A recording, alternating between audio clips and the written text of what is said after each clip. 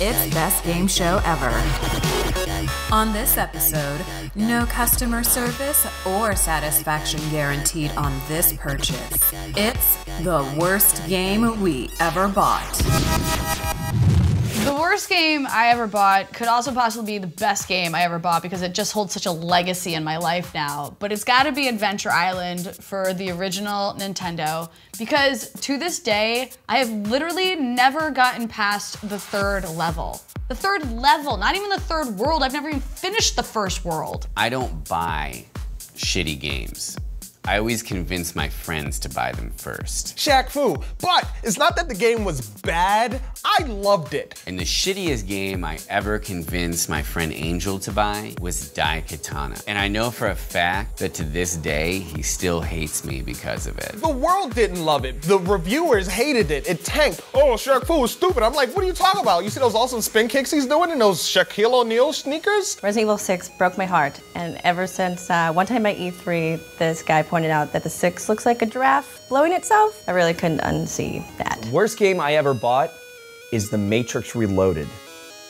One of my favorite games is The Matrix Reloaded. This game I have actually played through 3 times, and I hate it I hate myself when I load the game up and this title screen comes up and I go, okay, let's go. A PlayStation 1 role-playing game called Beyond the Beyond. It just felt like all this time and energy was going towards nothing. It was this void of productivity and life essence. Like with each portion of the story you complete as opposed to feeling accomplished, I felt robbed. Lego Indiana Jones? I mean, it wasn't the story because obviously it's gonna follow the story of Indiana Jones and the Crystal Skull wasn't in there, so there was no refrigerator to get mad at or anything. It was just missing pieces, which is unfortunate because that game is all about collecting pieces.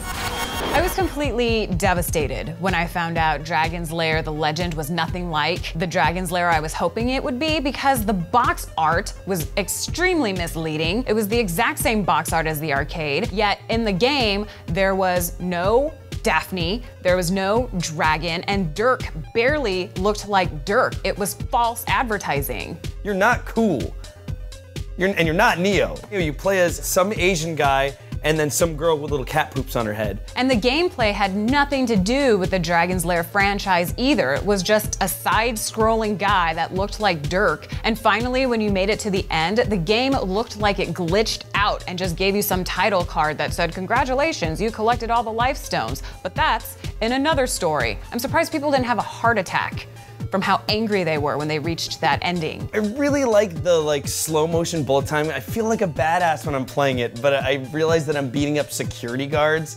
You're not beating up anybody cool. You're not beating up Nazis. You're beating up these guys that are protecting the building so you don't go in there and steal someone's picture of their cat from their desk. Other people didn't like the game that I love so much. It made me question myself and my confidence. Was I delusional? Was I getting ready for the short bus special? Was I a little bit off because I enjoyed this game that I forced my family to play? When you realized you were never going any further. You cannot get more lives. You literally have 3 lives and then you die and you're done. It's like the developers never wanted you to see what was past level 3. My friend Angel was extremely let down after he bought Daikatana when I told him how cool it was gonna be. And he's never forgiven me ever since. For all I know, the game ended after level 3. Let's be honest, that could have been the end of the game. It could have been a 15-minute game, but I'll never know. I'll never know. I thought that because the game was made by John Romero, that it would be a good game. So when I recommended it to my friend, I didn't think I'd be doing him harm, but I was. John, I'd like an apology for my friend Angel, not me. If I could go back in time and tell little Khail, I wouldn't. I'd be like, let's do this. I'd break the game.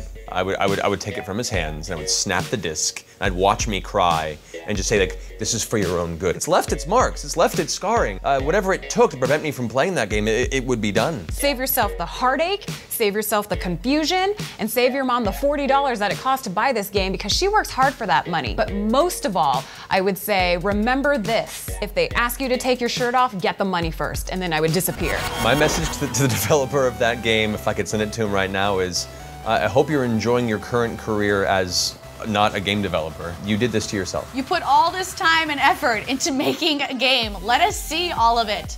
Don't make it so hard that we don't know what you did for all those years of your life. Shame on you. You didn't even create an original Dragon's Lair game. You ported a game called Roller Coaster from the Commodore 64 onto the Game Boy and called it Dragon's Lair: The Legend when it should have been called Dragon's Lair: The Piece of Poop. To the developers of Enter the Matrix, thank you. This is the first time I've ever mentioned any of this, too, by the way. I never talk about Enter the Matrix. Best game show ever is really breaking me down inside. And there you have it, gamers. We want to know the worst game you ever bought, so leave a comment here. And subscribe now, because next Wednesday, we're combining the Oculus Rift with the Xbox Kinect to become Iron Man.